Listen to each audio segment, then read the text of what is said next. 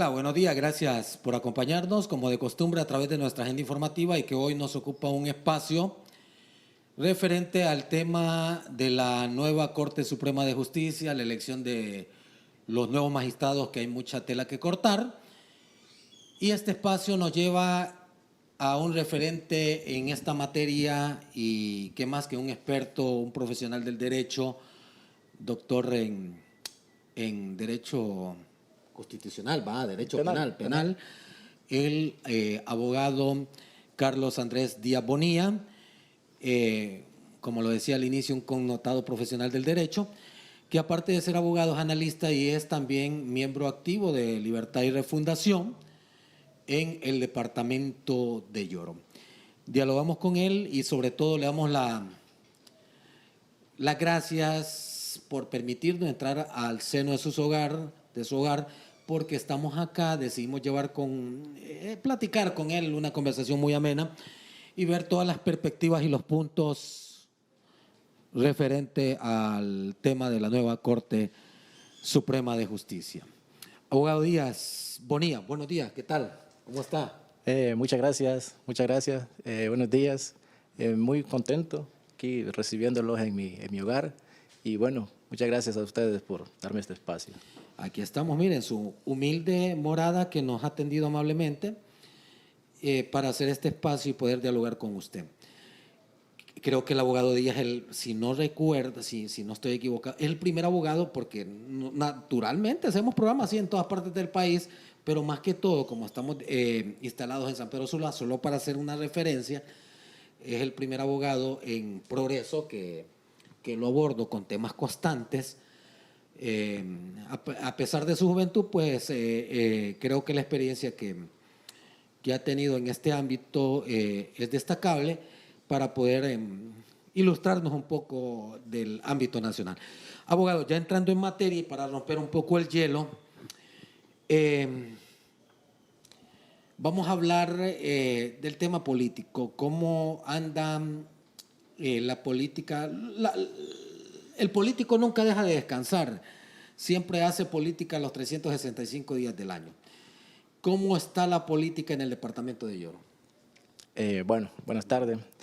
En este tema de la política, usted dijo algo muy cierto.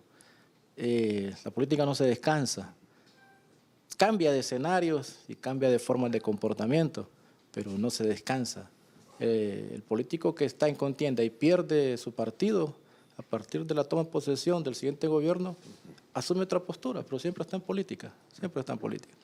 Nosotros pues, estamos respaldando el gobierno de doña Xiomara. El departamento de Lloro es un departamento pues, que todos sabemos tiene una complejidad política, porque aquí tenemos algunos diputados que fueron electos que han tomado otro rumbo, distinto a las directrices de doña Xiomara en cuanto a la elección del Congreso.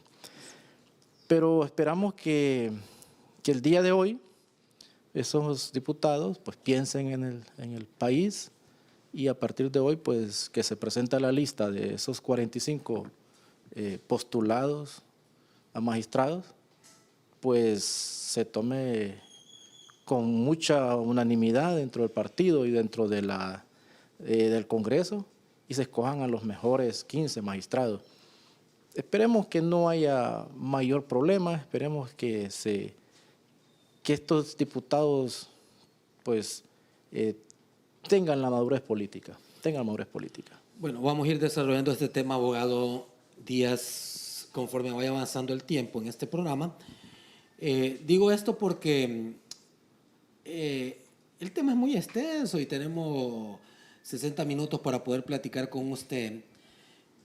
Cuando yo le hacía la primera pregunta al abogado Díaz sobre cómo está la política en el sector de Lloro, es porque tenemos entendido que las bases de Libre siguen trabajando. Estamos en el segundo año ya del gobierno de la presidenta Xiomara Castro. Entonces a esto pues nos refiere una reseña histórica de un año político que se aproxima, ya el otro año es año Ya se entra en política, sí, ya se empiezan los primeros pasos. Exacto, con Los las primeros internas. movimientos ya se empiezan a hacer pláticas y todo, ¿cierto? Exacto. Muy cierto. Fíjese que una de las de las solicitudes que han hecho algunos partidos políticos, no sé, usted me corrige, no sé si Libre también la ha hecho, es la eliminación de la primera vuelta, ¿sí es, va? Así es. De la primera vuelta Electoral. electoral. Entonces, ¿ustedes han analizado estos puntos también? Fíjese que ese tema es una de las prioridades del partido. Del partido lo digo porque en campaña se planteaba la posibilidad de que se diera una segunda vuelta. Recordemos que en aquel momento no se pudo dar, pero la discusión está. La discusión está sobre la mesa. Ahorita, pues, sí ha bajado ese tema sobre las reformas políticas que no están terminadas. Recordemos que se estableció una nueva ley electoral, pero que vienen algunas reformas políticas que se van a, usted dijo muy cierto, ya el otro año se comienza. Entonces, ¿qué significa? Que a mediados de este año ya empezamos los temas de reformas políticas. Entre ellos va a ser uno de los temas más importantes, la segunda vuelta. Y yo creo que el partido, el gobierno, el Congreso no está anuente a este tema, mire, en Latinoamérica casi todos los países tienen segunda vuelta. Sí. No creo que Honduras sea la excepción y creo que no hay que tenerle miedo a eso. No hay que tenerle miedo a una segunda vuelta. En la segunda vuelta, pues, ahí se dan, pues, la gente ya tiene la elección entre dos candidatos que quedan y no hay que tenerle miedo a la segunda vuelta. Yo creo que eso se va a dar. O sea, ¿significa que se eliminarían las otras corrientes de los partidos libres? ¿O solo quedarían para los cargos de alcalde y diputado? Mire, en este tema, vamos a ver. La segunda vuelta se estructura de esta forma. Primero van a haber 3 elecciones. Habrían 3 elecciones. La primera elección sería una elección que se llamarían primarias, que serían las que nosotros le llamamos internas. De los movimientos. De los movimientos. En este caso, los 3 partidos grandes, Libre, Nacional y Liberal, tendrían su elección. Luego pasaría a una elección que nosotros le llamamos general. En este punto, los 2 candidatos más votados pasarían a una elección general, ya solo con 2 candidatos. Entonces quiere decir que los partidos que no entran, pues tendrían la forma de ver cómo se forman en apoyo a los 2 contendientes que han quedado. Entonces esa sería la segunda vuelta. Yo creo que sería muy positivo, una segunda vuelta. Favorezca o no favorezca a mi partido, pero sí, sería muy positivo. Bueno, entonces en el tema de las nuevas reformas a la ley de los partidos políticos y las figuras que participan en estas contiendas generales, el tema de las reformas es muy fundamental porque no solo la segunda vuelta, creo que se está mencionando también otros aspectos de la reforma del Consejo Nacional Electoral, sería, ¿va? No, o sería de forma interna. ¿Cómo lo ajustarían ustedes? Mire, la reforma sustancial que quedó pendiente y que no se ejecutó por cuestiones de tiempo, pero no fue que no se ejecutó, fue que no se propuso por cuestiones de tiempos electorales, fue la de la segunda vuelta, que esa pues es una de las reformas que quedó pendiente, que para este periodo del proceso electoral, yo creo que se va a tomar muy en cuenta. Yo creo que esa va a ser, mire, la ley electoral del proceso pasado, que rigió el proceso pasado, fue una ley electoral que se hicieron las reformas rápido, como decimos vulgarmente en Honduras, sí, a matacaballo se hizo, pero era porque era una exigencia de algunos organismos internacionales, y se hizo, pero no se logró hacerlo en la segunda vuelta, porque ya los tiempos no dieron. Incluso el partido de gobierno atrasó el tiempo de propuesta y todo, y no se dio. Pero yo creo que ahorita la gran propuesta que va a haber va a ser una segunda vuelta. ¿Cómo va a reformar esto el interior del Consejo Nacional Electoral y del Tribunal Supremo Electoral? Bien, no, pues se va a ir a elección. Creo que este Consejo toca elección el último año. Y yo creo que, bueno, los 3 partidos grandes están, como siempre, van a estar representados. Sí. Creo que fue diseñada de esa forma la ley electoral para que los 3 partidos grandes quedaran representados en esa ley. Entonces yo creo que no va a haber mayor problema dentro del Consejo ni dentro del Tribunal. Hablando puntualmente del Partido Libertad y Refundación, entre paréntesis, Libre, hizo alianzas en la contienda anterior con el Partido Salvador de Honduras, que hoy es el principal piedra en el zapato del actual gobierno, Aguado Díaz. Enlazo eso porque hay que hacer una referencia, porque creo que el pueblo ya más o menos tiene una idea. ¿Está preparado Libre para una nueva contienda general para volver a ganar las elecciones? ¿Sin esa alianza? Ajá, sin esa alianza. Sí, estamos preparados. Mire, yo tuve acceso, cuando estábamos en campaña, yo tuve acceso a unas encuestas que nos daban ganadores. Incluso las encuestas eran hechas por la Embajada Americana. Xiomara ganaba, pero el margen de ese gane no iba a ser suficiente. Contundente con lo Y eso nos iba a crear un problema. Bueno, fue tanto así que este señor, diputado Toño Rivera Callejas, en un foro que yo escuché, dijo cínicamente, gracias a Dios le ganó por ese margen de votos, porque si no, no nos iban a dar ellos el poder. Entonces, ellos sabían que Xiomara iba a ganar, pero que era muy reducido. Claro, lo de Salvador de Honduras vino pues a rematar esta situación y a ampliar el margen. Mire, la segunda vuelta va a ser importante. ¿Por qué? Porque la segunda vuelta va a dejar a dos partidos encabezando las elecciones generales. Sí, entonces, ¿qué va a pasar con la población? La población va a tener que determinar entre A y B. Entonces van a haber alianzas de hecho. Van a haber alianzas de hecho, que no es necesario que los candidatos hagan las alianzas, porque la gente va a tomar un partido, va a tomar partido en eso. Entonces, las segundas vueltas son importantes por eso. Ahora bien, fíjese que le quería comentar algo, una observación. Nuestro aliado dentro del Congreso, dentro del gobierno también, porque hay algunos ministerios, es Salvador de Honduras. Pero fíjese que desde que fueron llamados a la Embajada Americana, el ingeniero Salvador Narrala fue llamado a la Embajada Americana junto con unos diputados, a partir de ese momento el Partido Salvador de Honduras se ha dedicado a cuestionar todas las decisiones que el gobierno y el Congreso toman. El ejemplo tal que se pusieron en contra del presupuesto en posiciones que, mire, se pusieron en contra del presupuesto porque no se hacía en 3 debates, cuando toda la vida se ha dicho que se ha dado despensa a 2 debates y solo se hacen 1. Eso para agilizar, porque no tiene sentido discutir 3 veces lo mismo cuando ya todavía estuvieron discutiendo el presupuesto.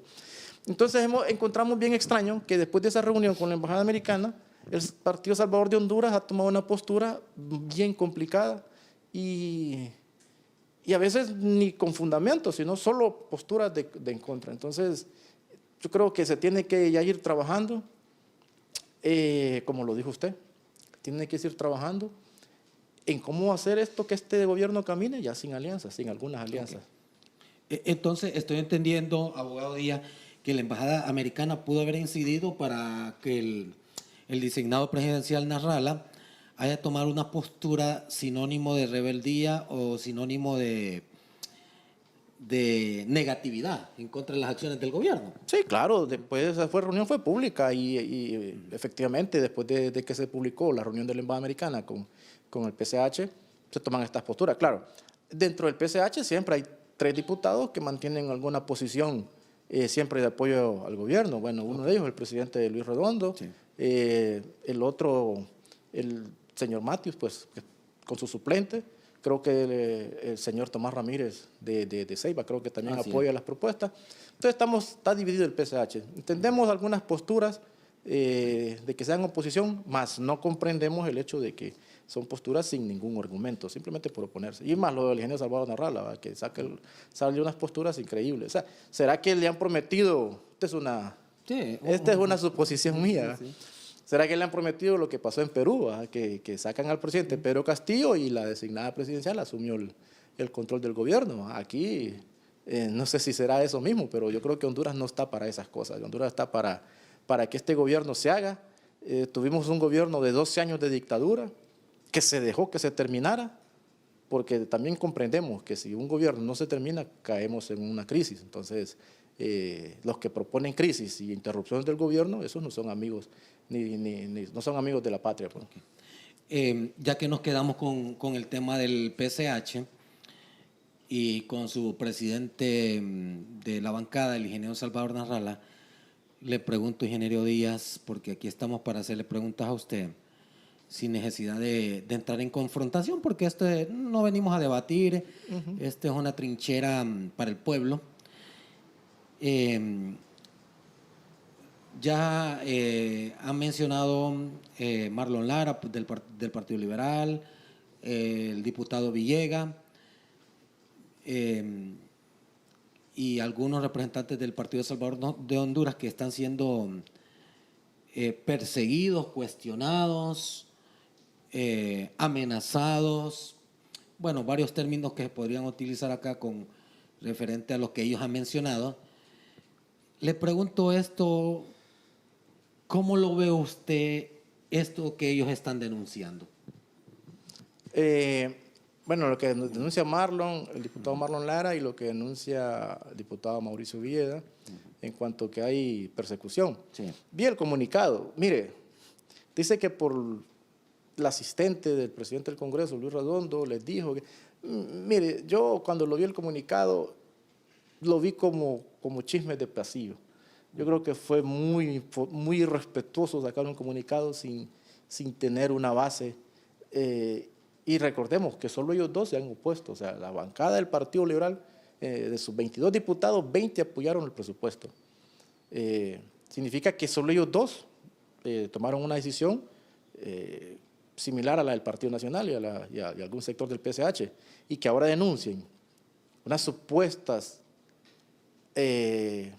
persecución que se escuchó en un pasillo del asistente.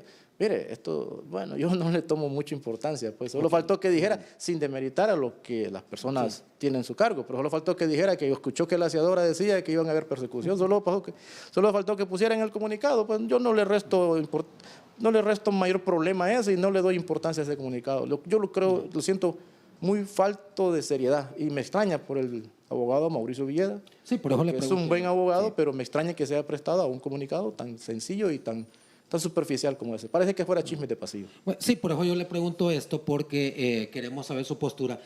Incluso salió ese comunicado, pero no sé si usted ya se da cuenta, y si no se da cuenta, le voy a trasladar esta información.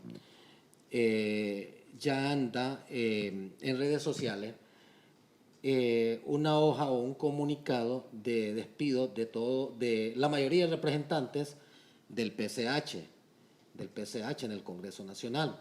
Y a esto le aducen que es una decisión tomada por el presidente Luis Redondo Guifaro. Digo esto porque ya está el comunicado ahí firmado y sellado. Creo que no es ilustrativo porque cuando hay una firma y hay un sello, es algo real, ¿va? Es un documento legal. Digo esto, abogado, porque ante la situación que se está viviendo, es que porque estamos, mire, bueno, vamos a hacer un contexto porque para después entrar en la pregunta específica. Estamos con el tema del PCH, solo para que tengan una idea ustedes. Entonces estamos haciendo una introducción al abogado para que nos plantee un buen análisis aquí referente a lo que está pasando con el Partido Salvador de Honduras. Porque nos quedamos con Salvador, entonces vamos llevando las cosas por segmento, ¿va? Ahora, esto que está pasando, abogado, si estos despidos son reales, que a partir de diciembre se tomaron decisiones, e incluso representantes del mismo Partido Salvador de Honduras, entonces ya serían dos acciones en una, lo manifestado por los diputados Marlon Lara y por Mauricio Villeda, y ahora lo que está pasando por los representantes del Partido Salvador de Honduras. Entonces, ¿hay divorcio ahí o cómo lo ve usted? Según su análisis, ¿cuál es la perspectiva que está pasando ahí? Bien, yo creo que hace como unos 6 meses, retomando el tema, ¿va? Desde cuando Salvador fue a la embajada, que salió y dio unas declaraciones donde pues acusó al Partido Libre y al gobierno de algunas situaciones.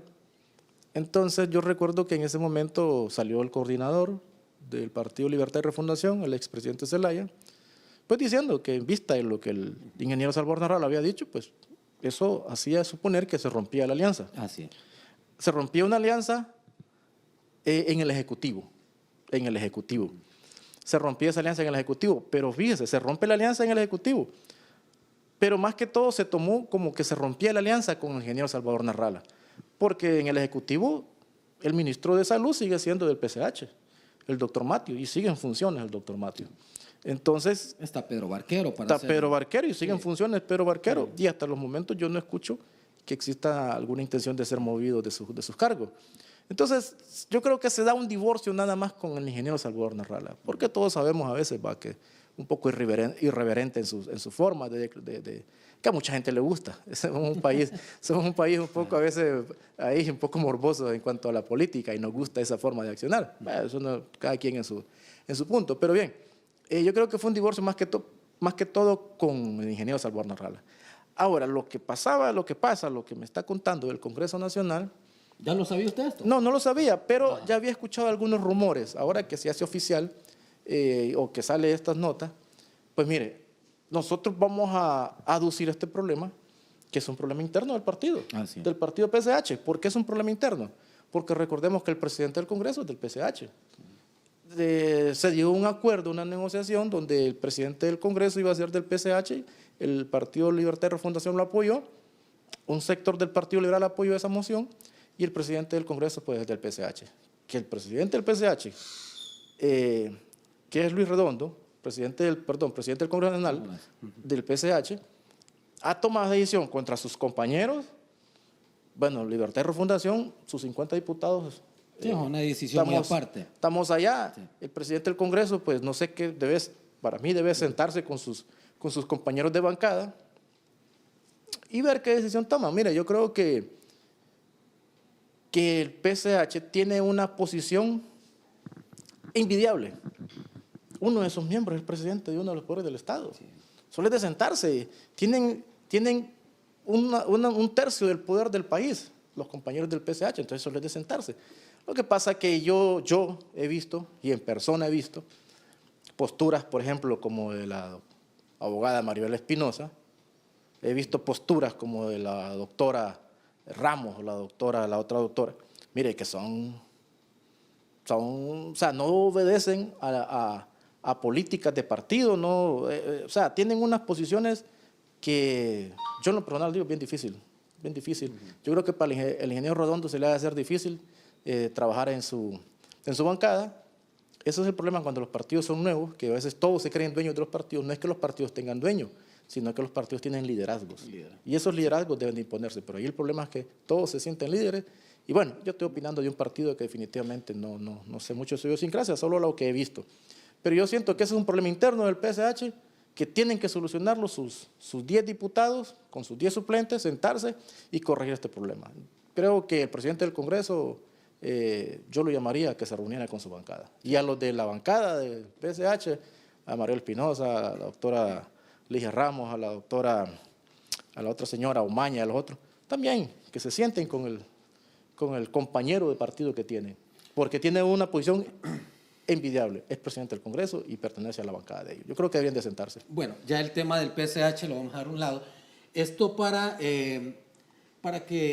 preguntarle, porque tenemos que preguntarle a un funcionario, digo, porque usted es una figura pública, porque es funcionario político y aparte de eso es un connotado profesional del derecho, entonces tengo que preguntarle.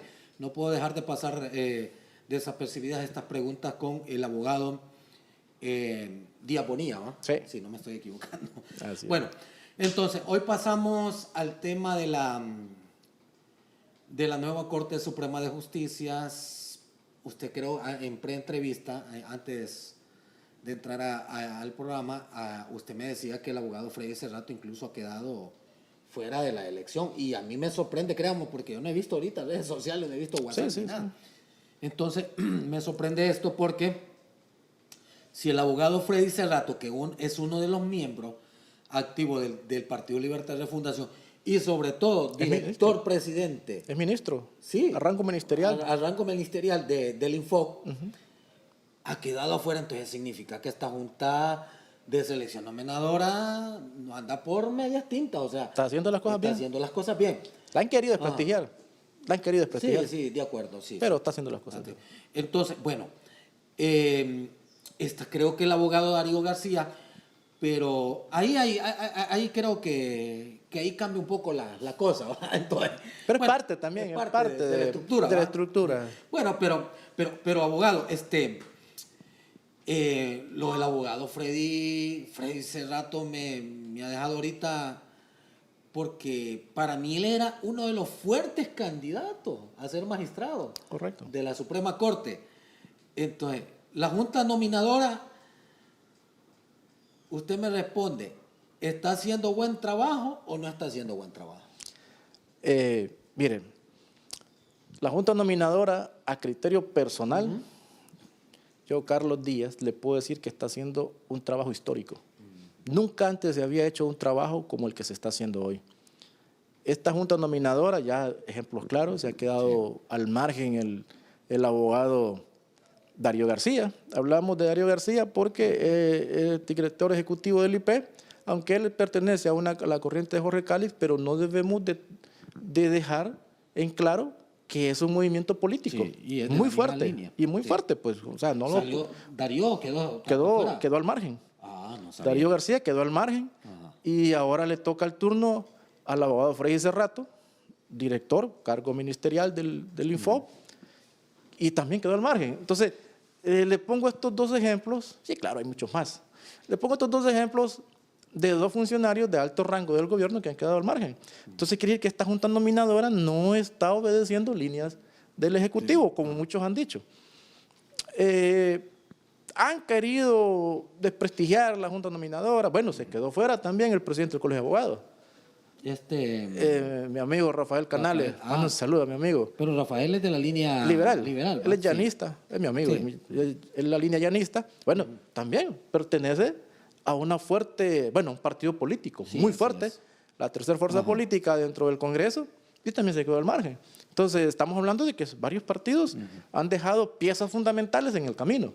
Entonces, quiere decir que ellos han resistido a la presión política y de algunos grupos de poder, y la Junta Nominadora va caminando muy bien. Tengo dos muy buenos amigos ahí en esa Junta Nominadora, al profesor Joel Almendares, a la abogada Reina Nájera, ambos son progreseños y representan distintos gremios, pero mis felicitaciones, incluso está el abogado que la preside, la abogada Urquilla, que han hecho un trabajo magnífico. Me he dado cuenta que salen a las 3, 4 de la mañana de trabajar en cuanto a lo que se tiene que hacer en cuanto a la dirección de los foros y las entrevistas y todo. Creo que tienen un trabajo magnífico.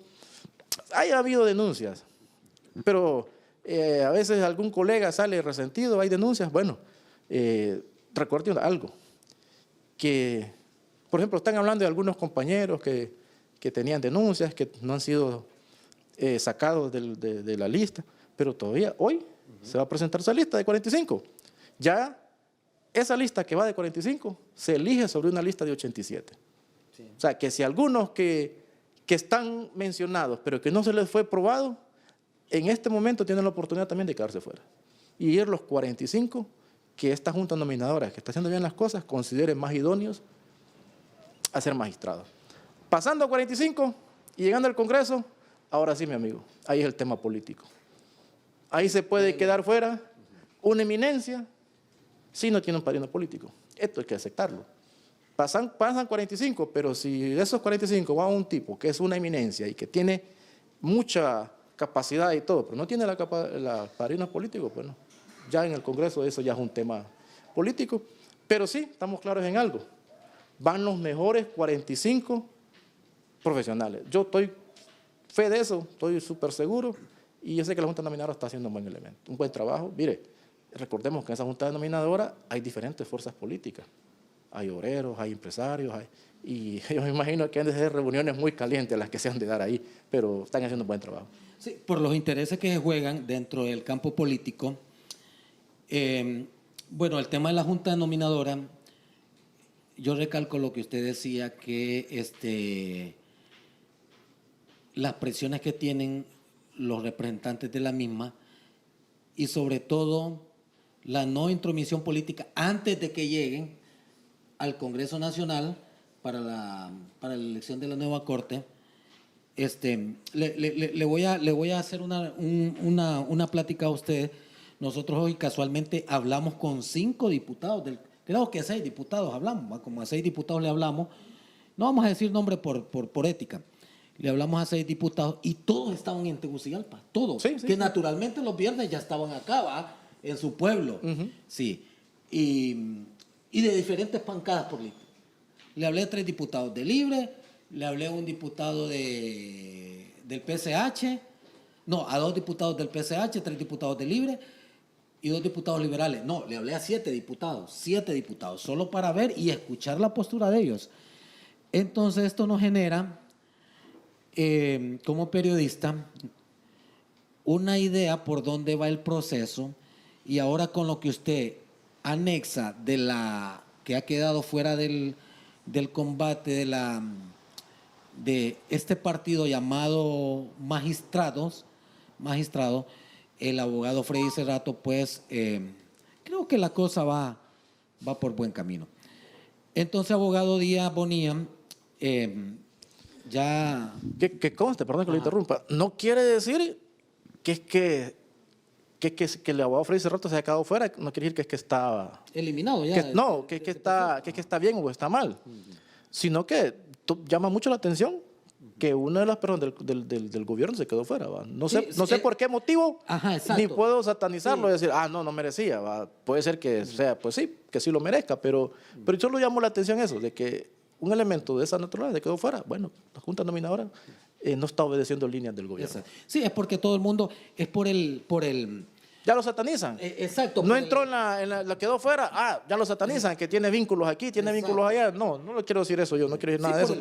Sino que solo es porque él pertenece al gobierno y si quedó fuera, pues bueno, significa que la Junta Nominadora no obedece a presiones. Exacto. El precepto de decir, no, es que los de Libre van a quedar de magistrado.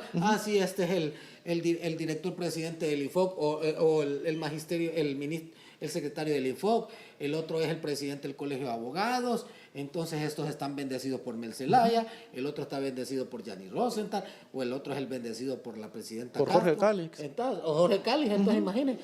Entonces, pero esto nos ha generado pues una cierta confianza. Ahora, ya cuando esta lista pase al Congreso Nacional, ahí es político. Ya son otros 20 pesos aparte. ¿Va? Ahí el tema es político. Ahí ya yo le aconsejaría a los colegas abogados que empiecen a buscar sus padrinos, porque ahí el tema político. Y no lo podemos negar. Sí, no. O sea, siempre el componente político va a existir. Mire, el componente político, hasta en Estados Unidos, que es la democracia más perfecta, según muchos, el componente político existe. ¿De qué forma?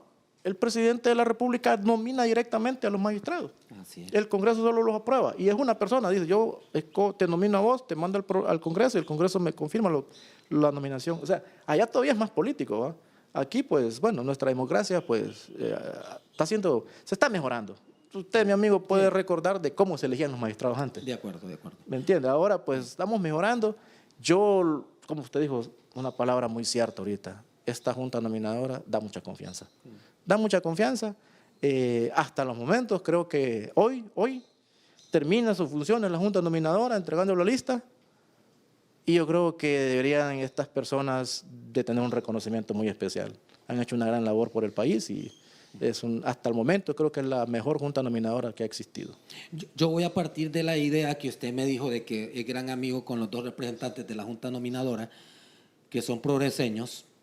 Entonces yo quiero... y que conste, mire, hay mucha discreción con ellos. Esos no hablan no tocan ese tema. Sí, o sea, para que se vea el grado de profesionalismo que ellos están manejando. Imagínese, yo quería robarle la primicia que usted no... Porque creo que hasta el momento no se ha sacado lista. Nada. No se sabe. No, usted es el abogado. A veces uno... El abogado fíjese que... sabe para que no nos fíjese que a veces uno... quiere entrar en plática, pero admiro el grado de profesionalismo y no no, incluso usted como periodista está muy empapado en la materia y el ambiente de lo que sucede, y usted se ha dado cuenta de que no se filtra nada. No, no hay nada. Increíble, ellos tienen dos autoridades, secretario, un portavoz, un presidente y un portavoz, Sí, que son los que dan. y por ahí pasa todo. Mire, yo le repito, la Junta está compuesta de varios sectores. Bueno, ahí está Olman Valladares, que fue una persona muy crítica del gobierno de Mel Zelaya y que ha sido muy crítica de Libre. Está ahí, pero luego muy honesto, no sé cómo habrá hecho esa Junta Nominadora para llegar a estos acuerdos y caminar de una forma muy perfecta casi. O sea, ahí no se filtra información. Por ser muy amigo de ellos, por lo mejor me cambian la plática. Sí, ellos muy profesionales y yo creo que toda la Junta ha trabajado así. O sea, si yo le pregunto ahorita a usted, abogado, ¿quiénes son los 45? No sabe entonces. No, ni uno, de verdad. No me atrevería a decirle ni uno, no tendría, no sé, no le pegaría. Ellos, incluso... Pero sí saben los que ya han quedado fuera de la Lo que sí, eso sí sé, porque se ha sido publicado. Es más, a veces le voy a comentar una infidencia, ¿verdad? Cuando se quedó fuera nuestro amigo Rafa Canales, presidente del Colegio de Abogados, bueno, yo llamé a uno de los amigos para ver si era cierto. No sé, hasta que se haga oficial. O sea, hasta en los que van a quedar fuera. O sea, yo admiro eso, créame, admiro porque digo yo, bueno, por primera vez se está haciendo una junta nominadora en la que se está haciendo bien las cosas, no se filtra nada. Esos muchachos, esos compañeros esos ciudadanos van a terminar, creo, su labor encomendada, es ad honorem, por cierto, terminan su labor encomendada hoy y la van a hacer de la mejor manera. Yo creo que de lo que hay que rescatar del Congreso de Luis Redondo es que confió en esta junta nominadora, le dio las herramientas y los ha dejado trabajar. Bueno, abogado, ya hemos hablado de diferentes temas, puntos conceptuales con el tema de la junta nominadora. Ahora, con la elección de estos nuevos magistrados, hablando ya a futuro, que los elija el Congreso Nacional, ¿qué se espera de estos nuevos magistrados? Cuando digo que se espera, estaríamos esperando una nueva seguridad de justicia emanada en la ley, apegado a la ley, o estaríamos más de lo mismo. Mire, el expresidente Zelaya, en una conversación que teníamos, había otra gente y él decía que él quiere una corte independiente que dé seguridad jurídica al gobierno. ¿En qué aspecto? Se necesita que el gobierno se termine a 4 años. No queremos golpes técnicos, que una corte se preste para situaciones de juicios fabricados. No queremos eso. Entonces viene la Sisi. La Sisi viene a crear seguridad y a investigar algunos delitos. Pero también queremos una corte independiente en la cual no se vaya a prestar al juego político. Por ejemplo, los nacionalistas dicen que Libre quiere una corte al estilo del partido de Libre, al estilo del gobierno, y que la mejor forma es que sea una corte de otro estilo, que una corte en el partido contrario, lo que sea. No.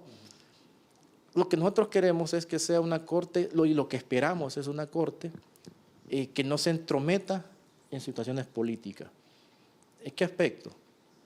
Hemos visto en Sudamérica que la corte se ha prestado para interrumpir algunos periodos de gobierno y eso crea crisis. A veces los golpes de Estado se pueden generar de varias formas. Algunos se generan del Congreso, otros se generan de la Corte Suprema y otros pues se generan por los militares. Los militares ya es una costumbre que está un poco en desuso. Ya recordemos que los golpes militares, esos se dieron allá en los 70s y en algunos países pues en los 80, entonces ya no están mal vistos.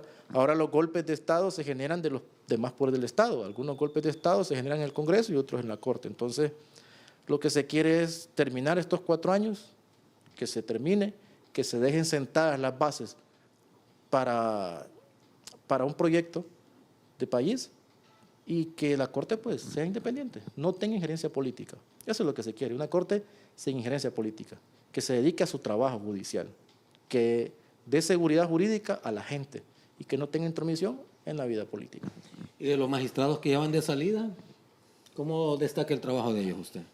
No, solo el hecho de que permitieron la reelección ya dice mucho. Ya, bueno, esto con el perdón, va, tal vez algunos se ofendan, sí, pero tuvieron el valor algunos de postularse nuevamente, que tuvieron mucho que ver en cuanto a la reelección, que tuvieron mucho que ver en cuanto a algunas opiniones jurídicas. Recordemos el golpe de Estado que se le dio a la Corte Suprema esa noche. Entonces, yo creo que esta Corte no va a ser recordada por muchos años por todo lo que se dio. Entonces, esperemos que la Corte que viene enmiende esos errores y la Corte que venga, pues, sentirnos seguros. Usted dijo algo muy cierto. Debemos de tener confianza en nuestras instituciones. Nosotros a veces perdemos la confianza por el accionar de las instituciones. Las instituciones son nobles y son unas instituciones para el desarrollo, pero a veces los funcionarios hacen que nosotros perdamos esa confianza.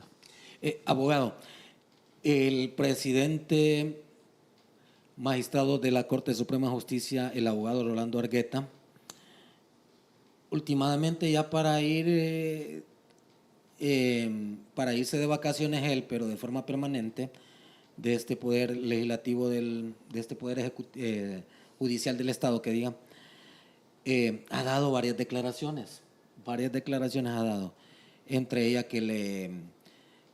que se quitaron 20 o 23, creo, solicitudes de tradición. 20 solicitudes de tradición que levantaron, algo así. Algo que escuché de eso. No, pero anda entre 20 a 23, por ahí. Entre otras cosas, sentimos de que ya para ir dejando el puesto, Argueta como que anda un poco suelto hoy. Anda suelto, abogado. No sé, ¿cree usted que el accionar del abogado Argueta ha sido lo correcto durante su periodo como los 7 años como presidente de la Corte? No, ahí hubo clientelismo político. Recordemos de dónde venía el abogado Argueta. El abogado Argueta venía del Ministerio Público. Fue pieza fundamental en el Ministerio Público para el Partido Nacional. Luego es movido. Mire, el gobierno pasado, a través de su presidente, Juan Orlando, utilizaba las piezas del Poder Judicial como piezas de dominó. Increíble cómo jugó con la justicia. Imagínense, Argueta está en el Ministerio Público, lo saca, lo pone de presidente del Congreso, saca a Chinchilla, el magistrado, lo pone en el Ministerio Público. O sea, hacía unos movimientos a su conveniencia. Eso es una injerencia política. Mire, y la sociedad tranquila. Mire, sacar a uno de una institución, pasarlo a otra, porque aquí ya cumpliste tu función, ahora te cupo acá. Y a vos, que estás en el Ministerio, en la Corte de Magistrado, fue el único que sobrevivió Chinchilla de los golpes de Estado que le dieron a la Sala Constitucional. Te saco de aquí, te paso al Ministerio Público porque te cupo acá. Y lo religió en ese puesto. Entonces, desde el momento que se prestan a estas situaciones, entonces entendemos que la labor que Argueta llegó a hacer a la Corte fue una labor encomendada a protección del que estaba ocupando la titularidad del Poder Ejecutivo. ¿Qué sucede? La titularidad del Poder Ejecutivo está en Nueva York ahora. Es el que la ostentó en ese momento. Entonces, a él, pues, lo que le queda es ver cómo termina su mandato. No lo está haciendo incluso de la mejor forma. Tengo entendido que ahorita van a dar 500 acuerdos en la Corte Suprema. Manejar su estructura. Tengo también entendido que están entregando exequatur es el notariado, a personas que no reúnen requisitos. Ya para salir. Cuando hay colegas que tienen 10 años de haber metido su solicitud para recibir el notariado, y ahí me estuve viendo una noticia que estamos por confirmarla, de una persona que tiene 4 años de haber ejercido, de haberse graduado, y ya se le está entregando el exequatur, que es hija de un magistrado. Entonces, yo creo que esta corte fue descarada, fue desmedida en lo que hacía, y bueno, viene la Sisi. Ahí vamos a ver qué pasa. La Sisi, todo es un proceso. Lo importante es que se deje instalada. Yo le voy a decir algo, mi amigo. Bueno, al principio usted me dijo que era doctor. No, yo saqué un posgrado en Derecho Penal. Y dentro de las clínicas y de las clases, algunas las saqué. Doctor las saqué en Costa Rica, algunas las saqué en Costa Rica, y me tocó en una clase estudiar el convenio de la Sisi en Guatemala. Fíjese qué cosa, me tocó estudiar el convenio de la Sisi en Guatemala, cuando no se hablaba de la Sisi todavía en Honduras. Pero la experiencia que yo leí, que pude estudiar y que mi trabajo lo hice en base a eso, la Sisi sí es cierto, invade soberanía, usurpa soberanía, porque viene a tomar funciones que propias de los hondureños, vienen a tomar funciones personas extranjeras. Pero le voy a decir algo, cuando ni nosotros mismos podemos hacer las cosas, a veces vamos a tener que requerir a una asistencia extranjera. A esto con el dolor en mi alma, pero así se tiene que hacer. ¿Qué sucede? Se va a dejar sentadas las bases. La Sisi va a investigar el gobierno de Xiomara Castro, va a quedar para investigar el posterior que viene, y igual los que han pasado. El convenio de la Sisi creo que viene por 10 años, y yo creo que ahí se va a empezar a sentar las bases de que los nuevos funcionarios que vengan tengan miedo a hacer algo. Yo creo que, y en esa Sisi se van a ir involucrados, en esas investigaciones de la Sisi se van a ir involucrados funcionarios del Ejecutivo, del Legislativo, del Poder Ejecutivo y muchas otras cosas, porque la Sisi también va a tener un radio de acción sobre gente que no son funcionarios también, sobre algunos delitos. Entonces, yo creo que la Corte está terminando mal su proceso. Bueno, ahí veremos entonces cómo le van a rendir cuentas. Bueno, ya para ir finalizando, abogado Carlos Díaz, siempre se ha preguntado, se ha dicho que también hay cambio de fiscal general, y el que suena, como dije en aquel popular refrán, cuando el río suene porque piedra trae, suena bastante el abogado Luis Javier Santo, a quien nosotros respetamos mucho y conocemos de su amplia trayectoria y su profesionalismo sobre todo, para el cargo de fiscal general. Como dijo el chino, hasta no ver, no creer, pero nos genera esa duda si él sería el bendecido para ostentar ese cargo en esa silla fiscal de la Fiscalía General de la República. ¿Es el abogado Luis Javier Santo el indicado? Bueno, no sé si será el elegido. Ajá. No sé si será el elegido, desconozco realmente. Sí es una buena propuesta. ¿Quién se opondría a esa propuesta? Nosotros también conocemos de la labor y de la trayectoria que ha tenido el abogado Santos en el Ministerio Público. Hemos sabido del marginamiento que ha tenido, incluso también de los roles que ha tenido protagónico. Es un fiscal temerario. Sí. Es un fiscal temerario. Sería una buena pieza. Yo le pregunto, ¿quién se opondría en caso de que vaya, no lo negamos, fuera una de las propuestas del LIBRE? ¿Quién se opondría a este?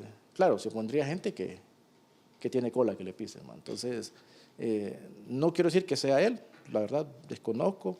Es una buena alternativa, un buen candidato, se va a postular, pero bueno, ojalá que tenga el apoyo de las otras bancadas, ¿va? Porque con él vamos a tener, como usted dijo, recuperar la confianza en las instituciones. Yo creo que eso sería muy importante en el país, ir recuperando la confianza en las instituciones que se han venido degradando por estos 13 años.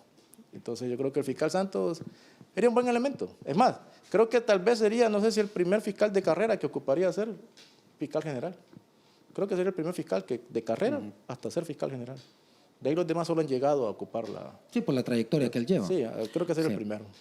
Bueno, abogado, solo nos resta nuevamente agradecerle, como al inicio de la introducción del programa, nosotros le decíamos que usted nos ha abierto las puertas de su humilde morada para poder brindar esta información en esta tribuna o llamemos este despacho noticioso que nos permite hablar de temas de interés nacional. Y hoy el tema que nos ocupó, para que ustedes tengan un contexto, junta nominadora, elección de los nuevos magistrados, elección del fiscal general, y para haciendo un análisis con uno de los mayores exponentes en el departamento de Lloro, analista con un posgrado en Derecho Penal, el connotado profesional del derecho, el abogado Carlos Andrés Díaz Bonilla. Gracias, abogado, gracias enormemente desde su humilde morada, como decían, en el progreso en el departamento de Lloro. ¿Esta qué colonia es, abogado, aquí? En la colonia de Catán. Catán, ¿va? Sí, Está sí. bonito aquí, abogado. Rico el clima aquí. Sí. Está bonito acá, mire, aquí estamos donde el abogado compartiendo esta plática muy amena para que el pueblo hondureño esté muy informado. Bueno, nos vamos, los esperamos el próximo sábado a partir de las 7 de la mañana, la repetición el domingo a partir de la 1 a 2 de la tarde a través de Maya TV, el más grande noticia. A partir de febrero, esperen más sorpresas, venimos con, no, es una sorpresa y no se pueden decir, solo les voy a decir, venimos con un programa especial, un programa de análisis, de opinión, a partir del 1 de febrero, pendiente de nuestra programación. Nos vamos, feliz fin de semana, Dios los guarde y los bendiga. Hasta pronto.